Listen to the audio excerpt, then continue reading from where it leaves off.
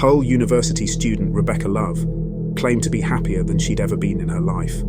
And then her former boyfriend smothered her to death with his love, but not before torturing her first. Jason Webster, also a student at Hull University, was upset and jealous over the breakup, so he stabbed Love dozens of times in the neck with a ballpoint pen. Detectives later described one of his stab wounds as particularly ferocious, jamming the pen down her throat. In total, the stabbing resulted in 93 injuries to Love's body.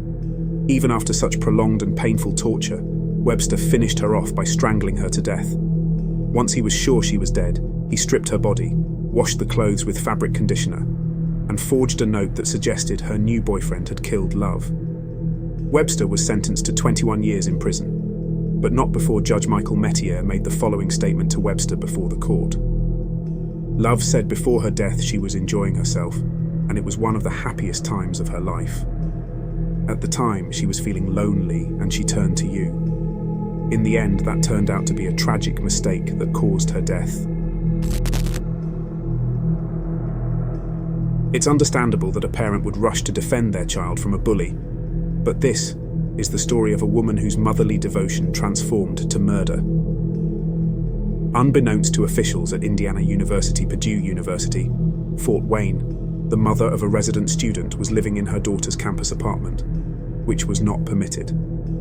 The mom, Tina Morris, had been living there for around 2 weeks when she stabbed her daughter's roommate, Liette Martinez, 22, to death. Morris said she killed Martinez because she was rude to her daughter. The murder occurred on April 18th, but by August 20th, Morris was ready to plead guilty of murder. Other charges, including felony murder, robbery, and auto theft, were dropped as part of Harris's plea bargain. Both the Harris and Martinez families embraced and cried together when the guilty verdict was announced.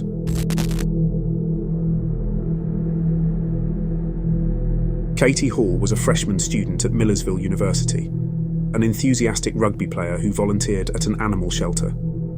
She was nearly halfway through her second semester at college when stress came in the form of her on-again, off-again relationship with her boyfriend, Gregorio Orostieta. He was 20 years old and not a Millersville student, but he spent a good deal of time on campus and in Hall's dorm room. He was the jealous type, and no matter what Hall did or did not do, he was ready to accuse her of cheating and would regularly confront her or antagonize her in other ways. It was clear to friends and family that Orostieta physically assaulted her at least twice and that the relationship was abusive. Despite their pleas to get help, Hall stayed with Orostieta. In the early hours of February 8, 2015, the local 911 center received a call from Orostieta. Authorities arrived to find Hall beaten to death in her dorm room, and later concluded that Orostieta had done nothing to save Hall's life. Orostieta was indicted and charged with Hall's murder, and later received a sentence of 40 years in prison. Since Hall's death, Millersville University has developed programs that encourage and educate students and the entire community on the warning signs and dangers of toxic relationships.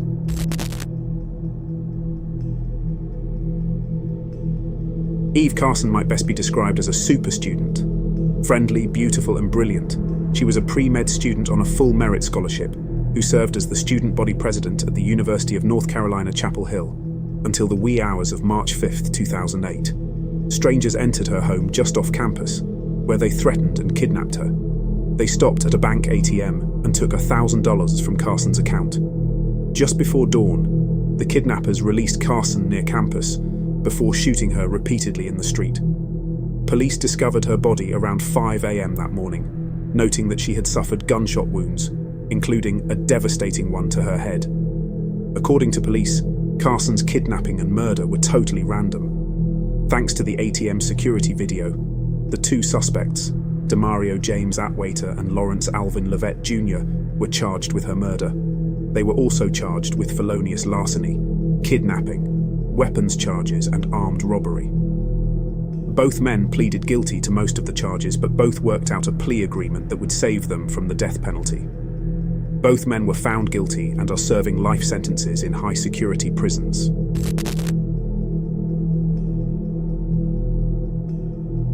Perhaps the most infamous of campus murders, this story is a tale of horror, rape, blood, murder, and Ted Bundy, the famous and prolific serial murderer. The horror began on the evening of January 15, 1978, at the Omega Chi sorority house on the Florida State University campus. The Omega Chi sisters were mostly settled in for the evening, though earlier some had gone out and were now returning home. One of the young women had just said goodnight to her date, and as she entered the back door, she could see a man preparing to leave out the front door of the house. This was strange, as men were not allowed past curfew, and it was nearly 3 a.m., so she found the sorority president to discuss the strange event. As they stood in the corridor, Karen Chandler came stumbling out into the hall with a broken jaw and arm. Through Karen's open room door, they could see Karen's roommate, Kathy Kleiner, sitting on her bed cross-legged with blood running down her chin. The young women in the corridor were suddenly frightened and ran to each of the rooms, flinging open the doors and discovering more horrors. Margaret Bowman lay dead in her room, choked to death with nylon pantyhose, her skull crushed by Bundy's club. Lisa Levy was mortally wounded, also bludgeoned in the same manner with one of her nipples nearly bitten off. 30 days passed before Bundy was arrested. During that time, the Chi Omega sisters lived in fear of further attacks, and male friends of the sorority slept outside the bedrooms at Chi Omega House. During the month Bundy was still on the run, he managed to murder another victim, a 12-year-old girl. By the time he was caught, he was suspected of more than 36 murders. Over 10 years after Bundy was tried and convicted, he was put to death for his horrendous crimes.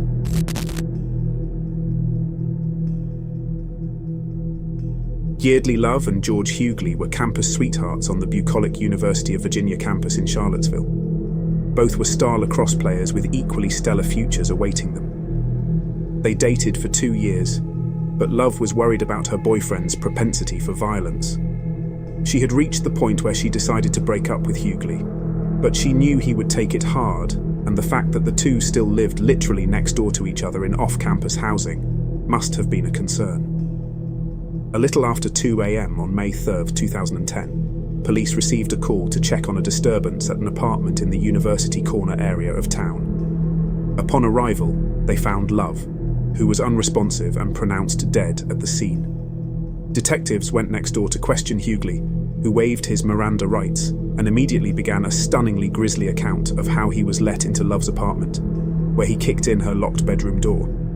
He then claimed that he grabbed Love and shook her, over and over again, her head repeatedly banging on the wall behind her. Upon this unexpected and detailed confession, Hughley was charged with Love's murder and held in the local jail. Hughley's trial by jury began on February 6, 2012, and he was ultimately convicted of second-degree murder and grand larceny. Judge Edward Hogshire ordered Hughley to 23 years in prison. Hughley has attempted to appeal his conviction, but in November 2014, the Virginia State Supreme Court declined to hear his appeal.